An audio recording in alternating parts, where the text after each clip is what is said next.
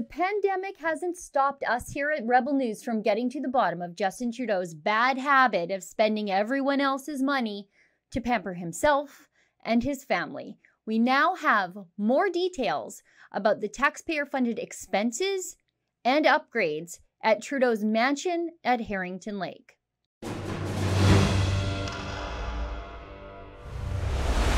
We have continued to do exclusive access to information investigations into the Trudeau government and the ways in which they continue to waste your money on themselves.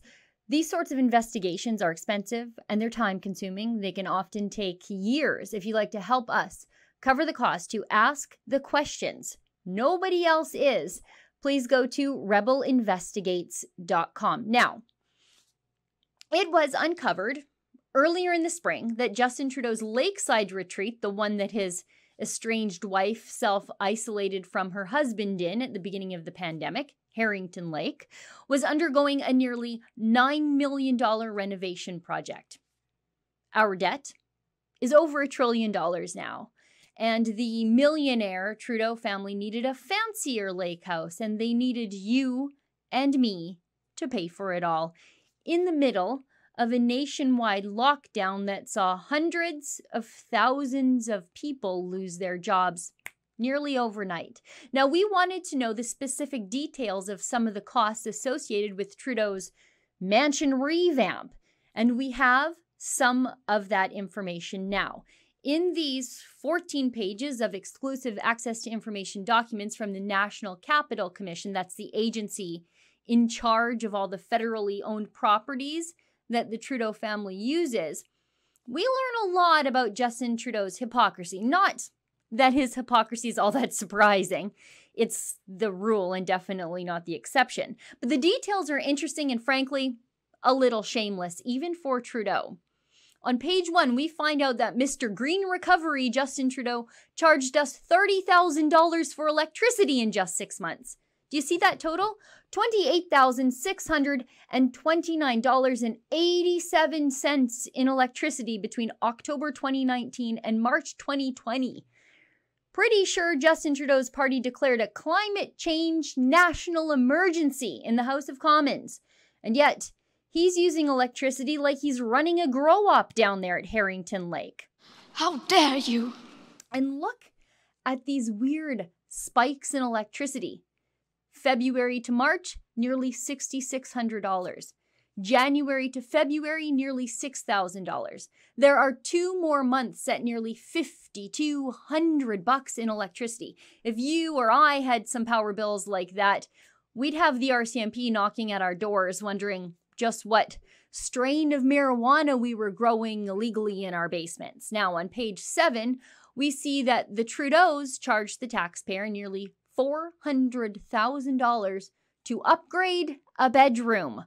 Look at this. Fee amendment for bedroom conversion, $378,711.89. No big deal. Just the entire cost of a family's house to upgrade the bedroom in the Trudeau guest house. Still on page 7, though, we also see that the taxpayers were charged nearly $3,000 for someone to take pictures of the house. And they were charged twice, it looks like. See this? 2 separate purchase orders for photographic services, $2,712 for the farmhouse building rehab. Now, I'm pretty sure that Justin Trudeau has a personal photographer named Adam Scotty who follows him around to take pictures, and I'm not sure why we needed to spend nearly $6,000 on this. On page 9, Mr. Climate Emergency Green Recovery also charged the taxpayer $18,000 for furnace oil. I mean, we've got to phase out fossil fuels, apparently. Justin Trudeau won't shut up about it. Look at this. All tired of hearing me say it. You can't make a choice between what's good for the environment and what's good for the economy.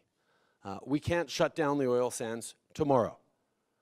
We need to phase them out. We need to manage the transition off of our dependence on fossil fuels. That is going to take time, and in the meantime, we have to manage that transition. Except there's this bill, HL furnace oil for generator, $18,009.81. Yeah, phase out those fossil fuels, except when it comes to the enormous amount of fossil fuels that Justin Trudeau charges to the taxpayer to heat the home of his estranged wife. For Rebel News, I'm Sheila Gunn Reid. These sorts of access to information investigations are expensive, they're time-consuming, they are laborious, but we think it's so important to be able to tell the public what their government is doing and spending when they think nobody is watching. Now, if you'd like to help us continue to ask the questions no one else is, please go to rebelinvestigates.com.